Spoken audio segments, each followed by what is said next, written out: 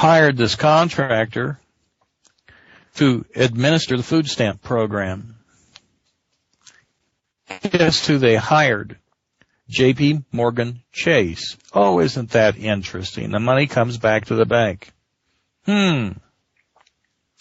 Well, guess where this J.P. Morgan Chase call center was located? India. Can you imagine what's going on right now in the states with the worst unemployment? They have contracted Indian call centers to help them with their overload. Isn't there something wrong? Shouldn't we be firing government people that do this? Oh, no, it saves money. It saves money for who? The people or the budgets of the government? Oh, well, we got to save money somehow. That doesn't save money. That's not how it works, folks. We've got to get these people's brains put back on right, and you're going to have to do it. And by the way, this isn't just in other areas. For example, Sacramento region, 1 in 6 stores in Sacramento region are closed. And it's going to get worse. The prediction is it's going to get worse. Wow. Guess what? This situation is coming to a town where you're at.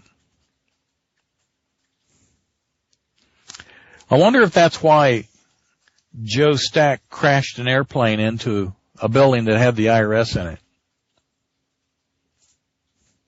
Yeah, old Joe, he gets fed up. He works 15 years. Now, I know a lot of people are going, well, what?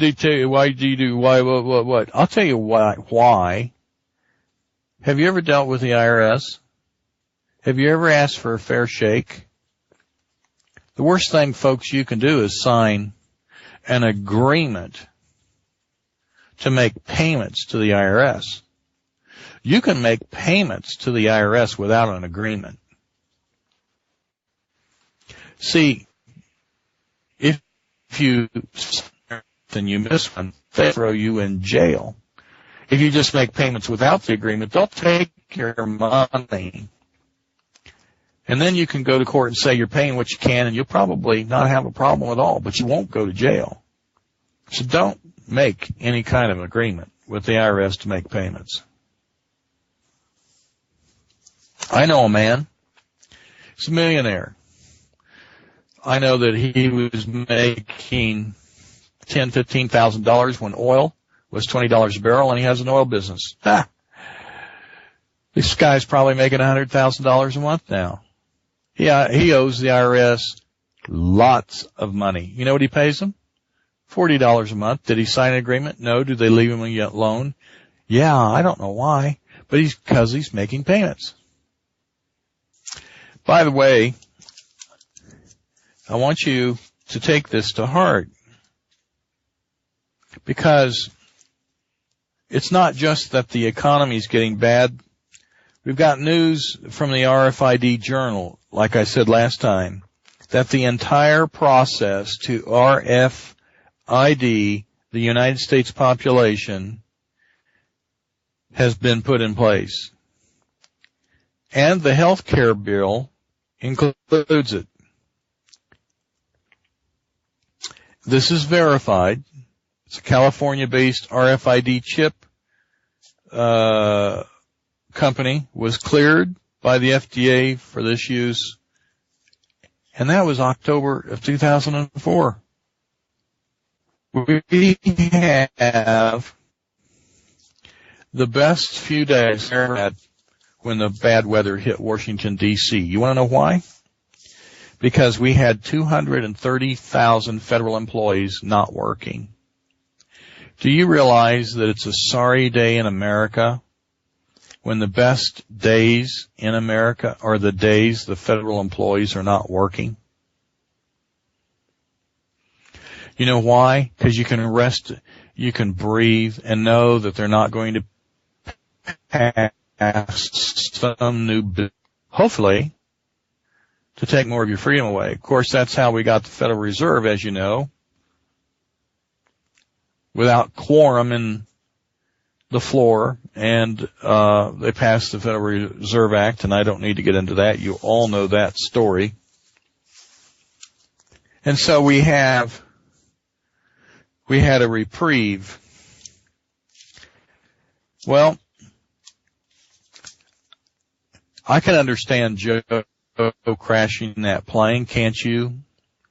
But I want to talk to you just a little bit about the convoluted workings and goings on around this event. And what I'm not talking about is Joe. I don't know a person in America that wonders why Joe did this. You're going to have every pundit of news.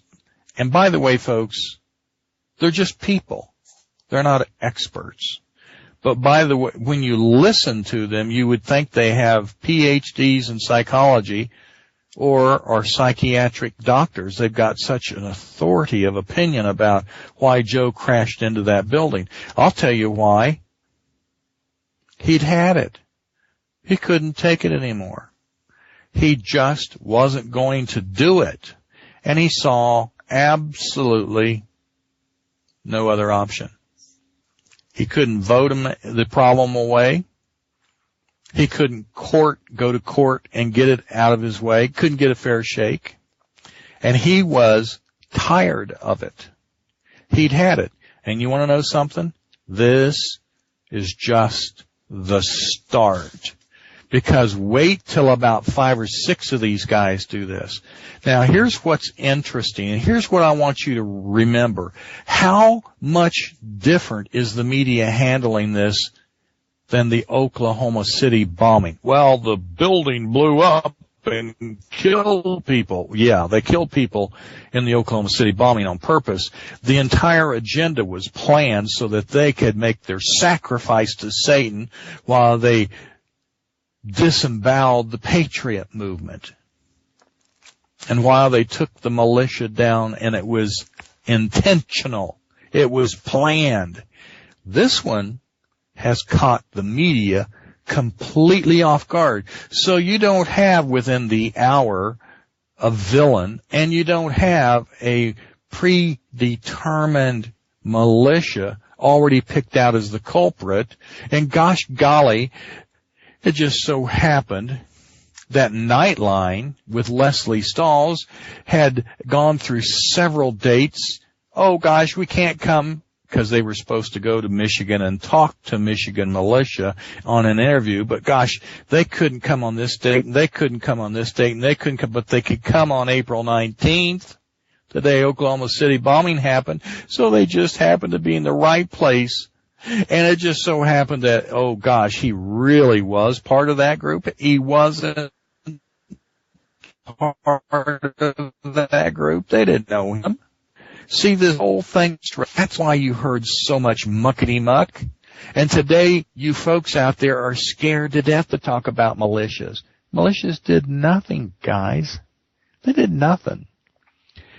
This event took the media off so quickly because it was one man.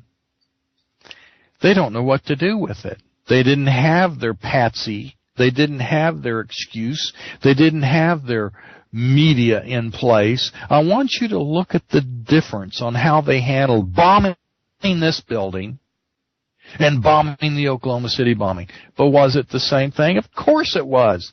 They're both federal buildings. Why aren't they calling this guy a terrorist?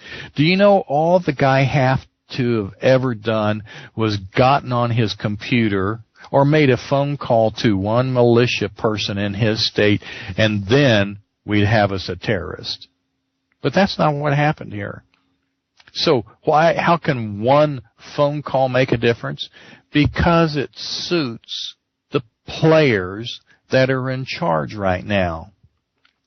They're caught off guard on this one, and so the best they could do is have the regular reporting of this guy who had, of course, posted his little manuscript of grievances. And of course,